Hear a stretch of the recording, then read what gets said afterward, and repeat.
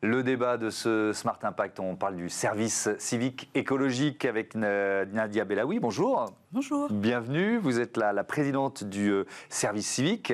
Et Thibaut Renaudin, bonjour. Bonjour. Président d'Insight, service civique écologique qui a été créé en avril dernier. On va évidemment y consacrer l'essentiel de ce débat. Mais alors, le service civique, vous nous rappelez, je sais pas, de ses missions, le nombre de jeunes qui sont par-ci par-là ? Le service civique, c'est la possibilité pour tous les jeunes qui le souhaitent, entre 16 et 25 ans, 30 ans quand ils sont en situation de handicap, de réaliser une mission d'intérêt général dans une association ou un service public longue, 6 à 12 mois, intensive, 24 heures par semaine au moins, indemnisée, 620 € par mois. Ça fait 15 ans que cette possibilité... 15 ans, oui, j'aurais dit moins que ça, donc ça fait déjà 15 ans. Et alors combien de jeunes y ont participé ? 850 000 jeunes ont fait ce choix, ce qui représente aujourd'hui plus d'un jeune sur 10 en France qui choisit de s'engager pour la collectivité autour de 21 ans. Insight, c'est une association, c'est ça ? Insight, c'est une association... Vous dites Insight, Insight, on dit comme on aime. Soit en français, oui. C'est une association qu'on a créée il y a 6 ans et demi maintenant, qui s'est spécialisée à la fois dans les territoires ultra-ruraux, c'est-à-dire les villages de moins de 1500 habitants, pour accompagner les élus locaux, les responsables associatifs à développer leurs projets, parce que dans ces territoires, à l'inverse de tout ce qu'on peut entendre, il y a du dynamisme, de l'innovation, de la joie de vivre, de la solidarité, du lien social très fort. Et pour aider, accompagner ces acteurs de l'ultra-ruralité, eh bien, on mobilise entre autres des jeunes en service civique, par équipe de 2, à hauteur de 24 heures par semaine chacun, pendant 6 mois, pour mener des missions à la fois autour de la question du patrimoine, du tourisme, à la fois autour de la question du lien social, et beaucoup, et en grande majorité, autour des questions environnementales. Eh ben justement, on a compris que le lien a été fait. Ce service civique écologique, il a donc été créé, lancé au mois d'avril dernier. Pourquoi ? C'était une demande des jeunes ? Vous ressentiez qu'il y avait besoin de focusser comme ça sur ces questions d'environnement ? C'était à la fois une demande des jeunes, qui sont plus anxieux que les autres générations face à la crise climatique. Et c'est heureux, d'une certaine manière, qu'ils soient bien conscients. Mais c'est aussi une volonté du gouvernement d'associer les jeunes et la société à la réponse aux enjeux. Donc, le service civique écologique, c'est l'approfondissement du service civique pour qu'il ait encore plus d'impact dans la transition écologique. Avec le même modèle que celui que vous décriviez tout à l'heure, c'est-à-dire c'est les mêmes durées de mission, même on ne change pas un modèle qui marche. Donc ça, on n'y touche pas. Bon, avril dernier, on va bientôt célébrer la première année, un premier bilan. Ça attire du monde ? Alors, absolument. On a franchi la première marche quantitative du service civique écologique. Et ce qui est vraiment intéressant, c'est l'engouement qu'il trouve auprès d'une palette d'acteurs qu'on n'arrivait pas forcément à toucher jusqu'ici, des grandes entreprises et les collectivités territoriales tout particulièrement, parce que c'est finalement notre meilleure manière de gagner en impact que d'inscrire vraiment dans les territoires ce service civique écologique, parce qu'évidemment, la transition écologique ne se vit pas de la même façon selon les territoires. On va parler d'ultra-ruralité. C'est vraiment une plus-value importante du service civique écologique. Comment vous y participez avec Insight ? Dans les dispositifs d'accompagnement qui existent, il y a notamment le volontariat rural, donc ça se rejoint avec ce service civique écologique, c'est ça ? Comme disait Nadia, c'est une vraie attente des jeunes. On a été Insight une des premières structures à répondre à l'appel de l'Agence du service civique pour participer de cette démarche. Mais nous, 85% de nos missions aujourd'hui concernent les questions environnementales. Donc c'était à la fois un engouement très important de la part des jeunes, parce que c'est une problématique qu'ils vivent au quotidien, avec ce que disait Nadia en termes d'angoisse, de préoccupation, mais c'est aussi une préoccupation très forte des territoires ultra-ruraux.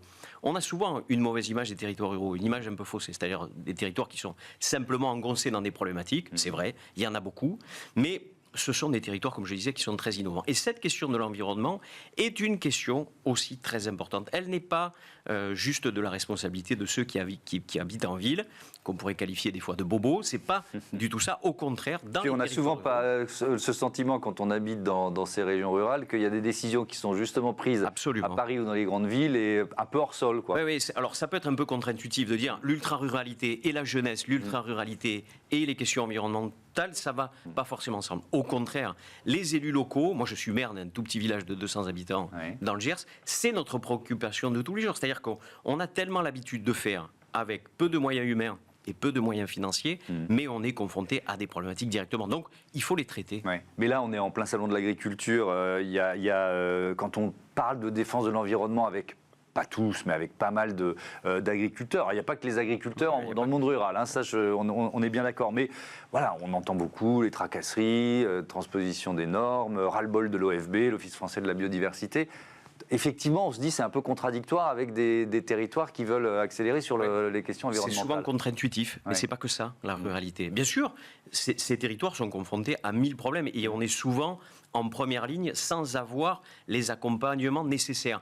Sur les questions les problématiques environnementales, c'est la même question qui se pose. Souvent, on a des choses qui nous arrivent un peu d'en haut, dirons-nous, et puis on est confronté à des difficultés sans avoir les accompagnements. Mais pour autant, la question environnementale, la question du lien social, la question de la solidarité, on les vit au quotidien. Et donc, il faut faire avec, parce que nos territoires, ils se réchauffent aussi. Nos territoires, ils ont des problématiques autour de l'eau, autour de la question des déchets. Et donc, il faut les traiter. Et donc, c'est de la politique du bon sens, souvent, dans nos territoires ruraux, où on ne fait pas en fonction ni des idées des uns et des autres, on fait tous ensemble. Ouais. Et la question environnementale est une vraie préoccupation. Alors, si on rentre un peu dans le concret, Nadia Bellaoui, quel type de mission ces jeunes vont pouvoir embrasser là, en faisant le service civique écologique?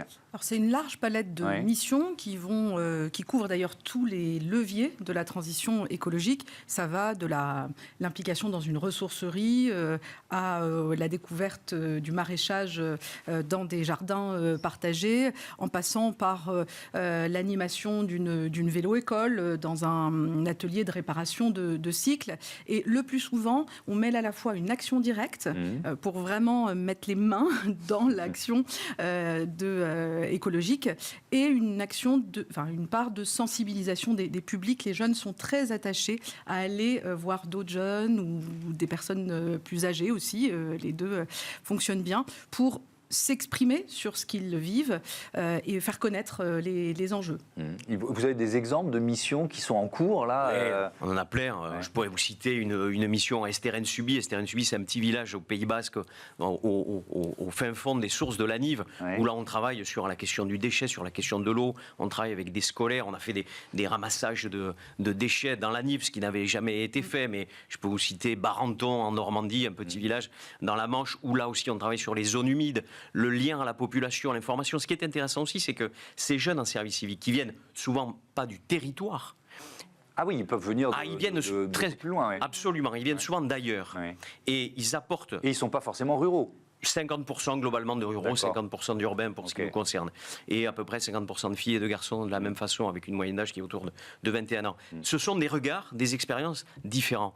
Et non seulement le contact à la population, il est neuf, parce que ce n'est pas le fils ou la fille d'un tel, ça change pas mal de choses. C'est un air frais un peu qui arrive dans le village, et ça permet de mettre en synergie, de travailler en collaboration plus forte avec les habitants. Et ça a une incidence très forte, c'est que les jeunes, on le voit nous, au bout de 6 mois, 20% des jeunes restent dans le territoire après. Au bout de 6 ans d'action directement d'INSIT, c'est 30 emplois qui ont été créés directement dans des villages dont la taille moyenne est de 400 habitants. Ce qui est énorme. Bien et donc, ça a une incidence qui est très très forte, et y compris sur ces questions environnementales. Le village de Barenton, par exemple, ça a une incidence chez un jeune qui a été recruté après, qui venait de Guyane, et hop, qui a été embauché à Barenton. Alors justement, c'est la question que j'allais vous poser. Elle vaut pour le service civique écologique, mais pour le service civique en général, c'est quoi ? C'est un peu une première expérience dans le monde... Enfin, ça peut être assimilé à une première expérience dans le monde du travail ? C'est clairement une première expérience du monde du travail et du monde adulte, en réalité, au-delà. Et ce qui est vraiment magique, effectivement, dans le service civique, c'est que c'est à la fois très concret et très politique. C'est-à-dire que quand on est effectivement, par exemple, dans le bassin de Thau et qui produit 10% des huîtres en France, et qu'on comprend que le réchauffement climatique a comme impact de passer de 850 conchyliculteurs à 400, on a effectivement on est beaucoup plus convaincant quand on sensibilise la population du coin à l'impact du réchauffement climatique que quand c'est théorique.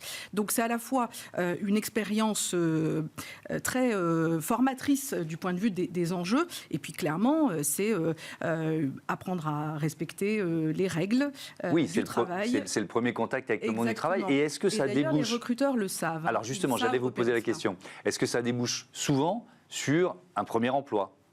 Alors, quand vous avez 21 ans de moyenne d'âge, vous êtes forcément en recherche d'un emploi. Mais vous y œuvrez? Absolument. Je ne sais pas, des partenariats avec des entreprises, Quand on sort du service civique, on sort avec un CV de compétences qui a été élaboré avec son tuteur et à travers une plateforme, une start-up d'État, qui s'appelle Diagoriante, et qui vous permet de faire le diagnostic des compétences que vous avez acquis pendant votre expérience et de vous orienter vers des métiers qui peuvent vous convenir. Il y a beaucoup d'exemples comme ça de bascule vers le monde du travail. Énormément. D'abord, des modifications de parcours. Il y a beaucoup de jeunes qui font ça entre 2 périodes d'études. Certains après leur période d'études, d'autres qui ont fait une première expérience professionnelle et qui se disent bon, finalement c'est pas trop mon truc et je vais tester. Et l'avantage que l'on a dans les territoires ruraux, c'est que on a un déficit d'embauche. Les gens, d'abord, on a un déficit de recrutement de jeunes en service civique parce que localement, il y a peu de monde. Donc le fait de faire venir des jeunes de l'extérieur, c'est un atout. Et dans les embauches, c'est la même chose. Donc, le fait que des élus et des entreprises, nous on travaille beaucoup avec des réseaux d'entreprises locales, des PME, des artisans, etc., connaissent les jeunes, parce que tout le monde se connaît dans les territoires ruraux. Eh bien, quand on voit 2 jeunes qui passent 6 mois, qui sont souvent extraordinaires, qui sont pleines d'envie et d'énergie, on a envie de les garder, on a envie de leur proposer des trucs. Et donc, ça a forcément une incidence très forte sur l'emploi. Merci beaucoup à tous les deux et à bientôt sur Bismart for Change. On passe tout de suite à notre rubrique Startup.